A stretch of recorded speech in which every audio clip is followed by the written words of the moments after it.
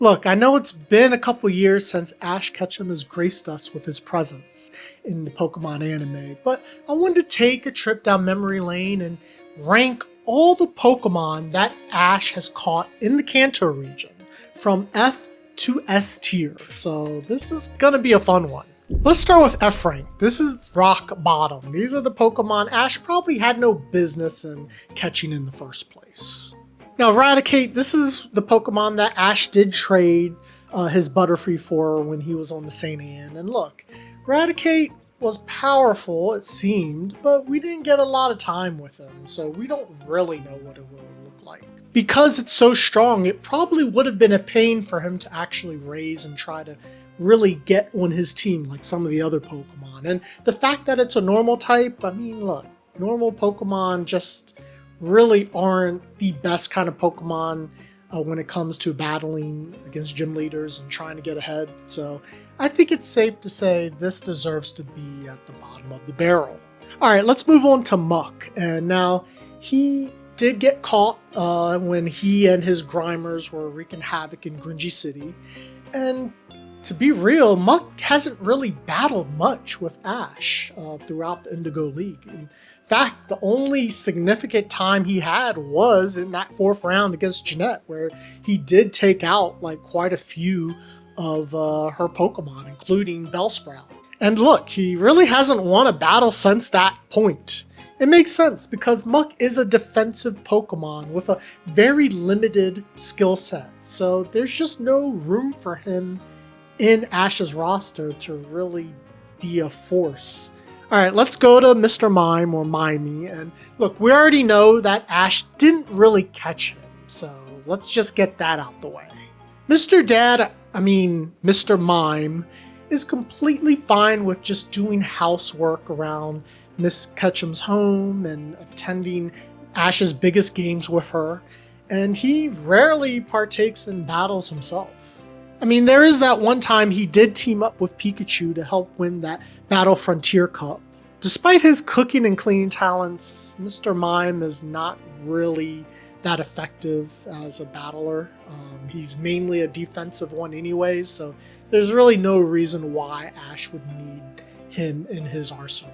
Only except for the most important or, really precise reason. So that's why he's in the F as well. All right, let's move into the C rank. And look, this is just average Joe Pokemon here. Butterfree. Now, I remember Ash's first captured Pokemon when he was a wee little Caterpie. And look, Caterpie has been a very loyal partner to Ash, growing into Butterfree and just being able to battle his heart out. I mean, he out-hardened another Pokemon in a battle one time, and that was a doozy. He was never really strong enough to be a consistent battler for Ash, and he didn't even participate in the Indigo League, so that tells you something there. Ash and Butterfree have had a very emotional relationship, and well-deserved. It's really Ash's first captured Pokemon, throughout that whole series. And that moment when he did leave, to go with his mate and start a family, that brought a tear to my eye. Can't cry thinking about it, but he still deserves to be a C tier. Let's move over to Tauros. Now, do you remember that time when Ash caught 30 Tauroses in the Safari Zone? Well, I don't either, because it didn't come here in America. It was banned. Now, we saw him battle quite a bit, and he's had some mixed results. Tauros did help win that Tauros tournament in Johto, and he did also lose to Gary's Nidoqueen in the Johto League. While Tauros is strong and he's powered through opponents, he still has a pretty limited moveset. And look, he is also a normal type Pokemon as well. Which look, I'm not against normal type Pokemon. I'm just saying when it comes to battle, you're going to be battling a variety of types. A normal type just doesn't have much that can say, hey, I'm going to make a difference in this battle. Not to mention, we don't really know which Tauroses from time to time that Ash is using in battle, so it could really be a game of gotcha Tauros. Now with all that, Tauros really does make that perfect mid Pokemon. Next is Pidgeot, and look, Ash did catch Pidgey right after he caught Caterpie in that first episode. Now that little Pidgey has grown up to also become one of the most loyal Pokemon in Ash's roster. He's come across with many of the intangible obstacles that Ash and the team has come across throughout their journey, like blowing away smoke and popping Team Rocket's balloon and even just conducting aerial searches. I mean, Pidgeot is probably one of the most important Pokemon in Ash's repertoire, but not in the battle sense. Pidgeot was not much of a battler. In fact, he had not won a gym battle, and in the Indigo League, probably the biggest match of his career up to that point, he was absent. Now, he had a very good reason. He basically single-handedly took Ash to that site, and he was too tired to participate, but still, would he have been a big advantage in that battle? It's probably not likely. So let's give him a nice C tier. And look, I don't find joy in saying it, but he's right in the middle of the pack here. All right, it's on to the B rank. And now these are slightly better. They're not average. They're definitely a bit better, but you know, there's still work to be had here. First is Lapras. And I remember seeing that wee little Lapras, that scared little Lapras who got separated from his family in the Orange Islands. Now, Lapras has become a crucial part in helping Ash in the Orange Islands because he did travel the whole team throughout that entire archipelago. But he also won a few battles too. He also helped contribute to Ash's victory in the final round against Drake to win the Orange Island League.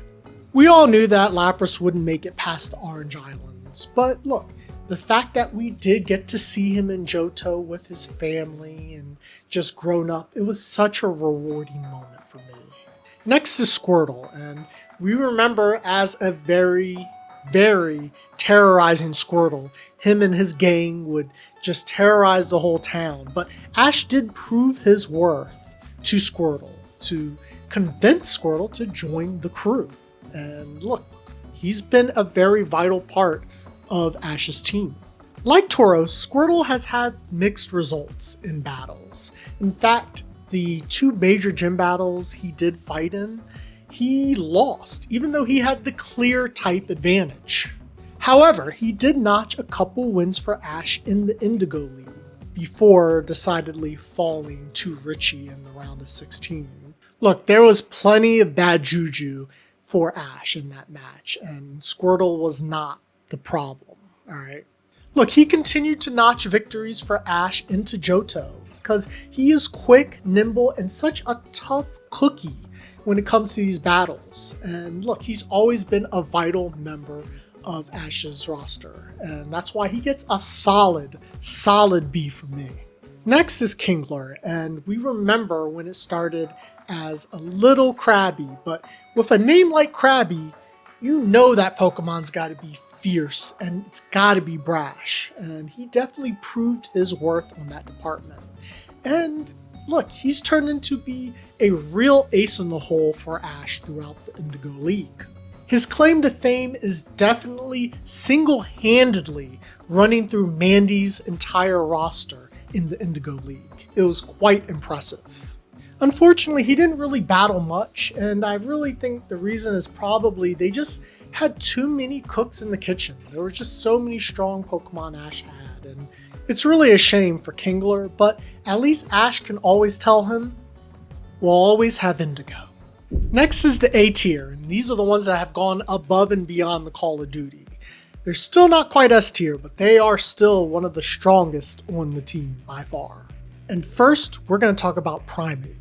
Ash has had a rocky beginning with Primeape, one that involved bandages, stolen hats, and jelly donuts. However, once they started to trust each other, they became an unstoppable force. And you remember that time when Primeape won the G1 Grand Prix. Unfortunately, not long after that, Ash did give Primeape to another trainer, and we never heard anything from that Pokemon since. That duo would have been something powerful if they would have managed to stay together. I really think if Primeape would have stayed in that lineup for Ash throughout the Indigo League, he would have won it, and we wouldn't have had to wait like 25 years for Ash to win the title, because Primeape would have took him there pretty quickly, like that. I can't snap, but kinda. You get what I'm doing. You get a snap, just like that. Next is Snorlax. Now, Ash didn't catch this Pokemon until the Arge Island. Snorlax is a powerhouse. Now, Snorlax is that kind of Pokemon when he really puts his mind to it, he could do some amazing things. Like at the Rikishi Town Sumo Conference, he powered through the whole competition to only eat a year's worth of Pokemon food in one fell swoop. But he did win it for Ash. He also helped carry Ash deep into the Johto League, defeating 2 of Gary's and Harrison's Pokemon along the way. He even single-handedly helped Ash win a Kanto Battle Frontier badge.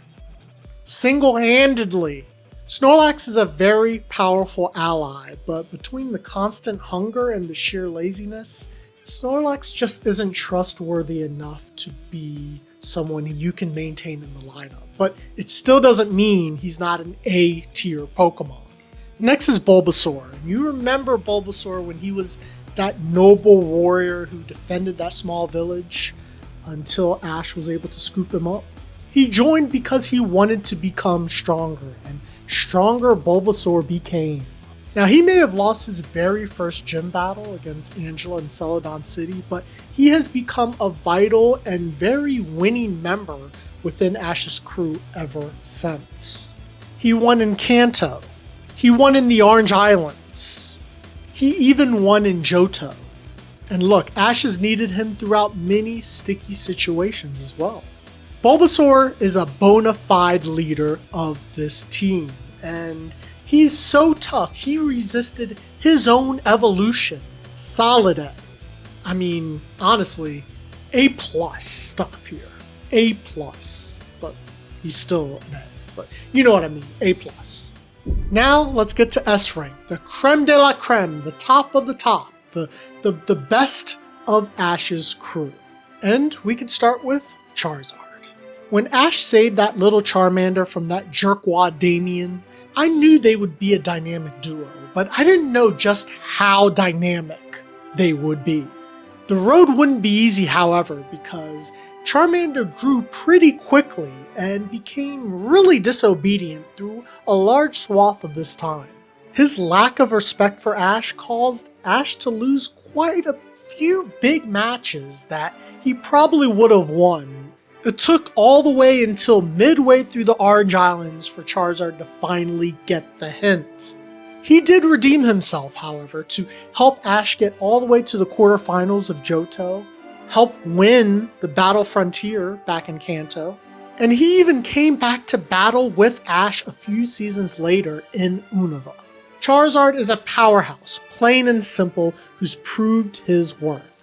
S tier all the way. And finally, we get to Pikachu, Ash's longest and bestest friend, and it's been so long we forget just how rocky their relationship was in the beginning. I think it's safe to say that Pikachus are not normally known for being tough and gritty and super powerful, but this Pikachu is the clear exception to the rule. Look, I've seen this Pikachu with my own eyes defeat a Dragonite, a Latios, a Metagross, a Regice, and a Mega Lucario. However, that road to legendary status was not without its problems in the beginning. He did lose to Brox's Onix, he lost to Lieutenant Surge's Raichu, and even Sabrina's Kadabra. Now, he did get a second chance in all those battles and came out victorious, but it doesn't mean he still didn't lose those battles. I do want to point out, as strong as Pikachu has become, he did have some questionable losses, like to Gary's Eevee and to Cameron's newly evolved Lucario. At the end of the day, Pikachu is a big-time player who is risen to the level of the strongest kind of Pokemon you'll ever see, and has been able to come out on the winning side on many of those times. And it's easy to say Pikachu tops this list as the S of S tier Pokemon in Ash's crew. Thanks for watching. If you just can't get enough of me and want to show some love and support, please like this video, subscribe. It really does help. And let's get to that first stage, guys. 1,000 subscribers. Now, have a great day, a great night, a great morning, wherever it is, wherever you are, and don't forget, Kokishin Amote Kudasai. Now, it's time for me to go rewatch that Indigo League season. I'm telling you, that is good cinema. No, it's absolute cinema here. Absolute cinema. Yeah, I'm gonna go do that right now.